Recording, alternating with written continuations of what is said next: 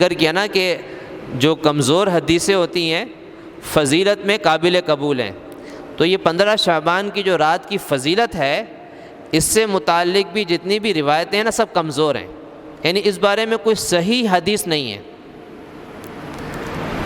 کمزور روایتیں.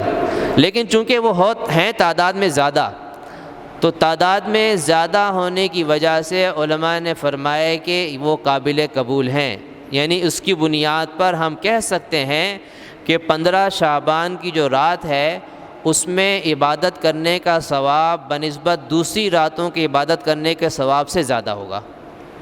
فضیلت کا یہ مطلب ہے. اگر کوئی انکار بھی کر دے تو کوئی اس میں کفر والی بات نہیں آتی. یہ کوئی لیلۃ القدر نہیں ہے. لیلۃ القدر ہے نا، اس کا ذکر قرآن میں آیا ہے، اس کا انکار کرنا قرآن کا انکار ہوگا. میری بات سمجھ میں آ رہی ہے نا؟ لیلۃ القدر کا انکار قرآن کا انکار ہے، تو وہ انکار کفر ہے. لیکن یہ جو 15 شعبان کی رات ہے اس کا انکار کفر نہیں ہے، کیونکہ اس کا ذکر نہ قرآن میں ہے نہ صحیح حدیث میں. اسی وجہ سے بعض حضرات نے اس کا انکار کیا ہے.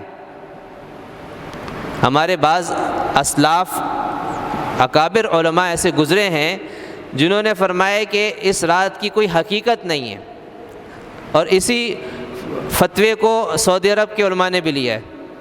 آپ سعودی عرب میں جائیں گے نا، وہاں پر 15 شعبان لوگوں کو نہیں پتہ کیا چیز ہے. وہ کہتے ہیں کون سی رات ہے یہ، تو وہ لوگ بھی اس کے قائل نہیں ہیں.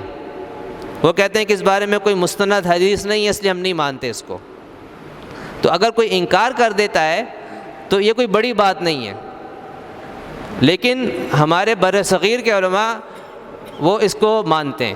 وہ کہتے ہیں کہ اگرچہ حدیثیں کمزور ہیں، ضعیف ہیں، مستند حدیث کوئی بھی نہیں ہے، لیکن چونکہ تعداد میں زیادہ ہیں اس وجہ سے قابل قبول ہیں. اور اگر کوئی شخص اس نظریے سے اس رات عبادت کرے تو امید اللہ تعالیٰ سے کہ اللہ تعالیٰ اس کو زیادہ ثواب دے گا. البتہ ایک بات ہے کہ اس رات میں کوئی مخصوص عبادت نہیں ہے، یعنی کسی بھی حدیث میں کسی مخصوص عبادت کا کوئی ذکر نہیں ملتا. آدمی کا ہے کہ یار اس رات میں فلاں اگر کوئی صورت پڑھی جائے نا تو اس کا ثواب ہے، ایسی کوئی بات نہیں. یا 2 رکعت نماز پڑھو اور اس کی پہلی رکعت میں یہ صورت پڑھو، دوسری رکعت میں یہ صورت پڑھو، بڑا ثواب ہے، کوئی حدیث نہیں ایسی. یا اس رات کو فلاں دعا مانگو، یہ قبولیت کی دعا ہے، کوئی حدیث نہیں ہے. یا اس رات میں فلاں وظیفہ پڑھو، یہ خاص وظیفہ اس رات کا، غلط ہے. یعنی مخصوص کچھ بھی نہیں ہے اس رات میں. مطلق کوئی بھی عبادت کر لے انسان، تسبیحات پڑھنا چاہے، تلاوت کرنا چاہے، دعائیں مانگنا چاہے، نوافل پڑھنا چاہے، کچھ بھی کر سکتا ہے.